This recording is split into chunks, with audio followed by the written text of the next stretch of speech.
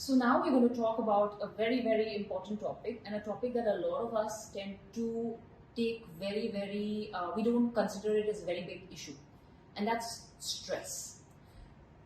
A lot of us, so there is good stress and there is bad stress, right? Good stress is getting a new job and looking forward to it, but also being a little stressed, how will it go? Having a new boyfriend, going for your exams, catching a bus or catching a train and getting late for it. These are all decent stresses, and this is a normal day-to-day life stress. We have to go through it.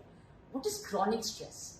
Something that you have done, it is a trauma that you're going through, a physical trauma. It could be surgical, it could be some accident, it could be a toxic relationship, it could be an extremely bad work environment where you're going every day and you're very, very stressed and you hate that job but you're continuously going. Or like I said, a very, very bad relationship at home. It's a toxic environment. You're constantly stressed out that what's going to happen, there's going to be an argument.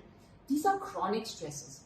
So what happens then is your body goes into a fight or flight mode. What is a fight or flight mode is? Like for example, your body starts reacting. For example, if there's a bear coming to attack you, right? So when a bear is coming to attack you, the body kind of comes into that whole action of how it's going to survive. So the whole mode is of survival. When you're in that whole mode of survival, every other function of the body stops. Because understand, right now I want to just save myself from the bear. Nothing else matters to me. So the other functions that you have, which is your digestive system, that doesn't work. There are other things that will not work. So people are living in a constant state of stress. And because of that, and then on top of that, they start, they don't realize it, but they're also working out. They want to, they're eating less, they're eating bad nutrient food. So that whole stress is building up. Your liver is constantly trying to work around that stress and getting rid of it through toxins, because there are toxins also that are being created. So everything, the liver is over functioning, trying to get rid of it. You are not helping in any way. Over a period of time, your cortisol being constantly high will convert to you being diabetic. That also your digestion will stop working. You will have different issues like GERD, acidity. Some people start getting SIBO. There's a spiral effect of all this, and people just tend to ignore it.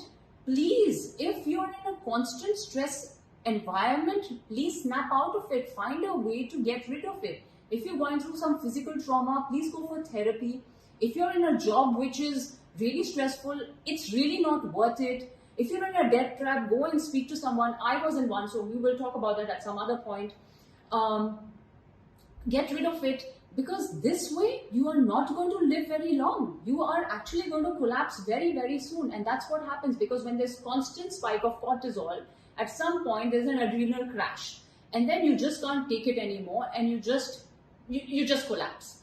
So please take the whole aspect of stress as a very, very important aspect. And if you are facing it, take help and try to make your life a lot more calmer and peaceful.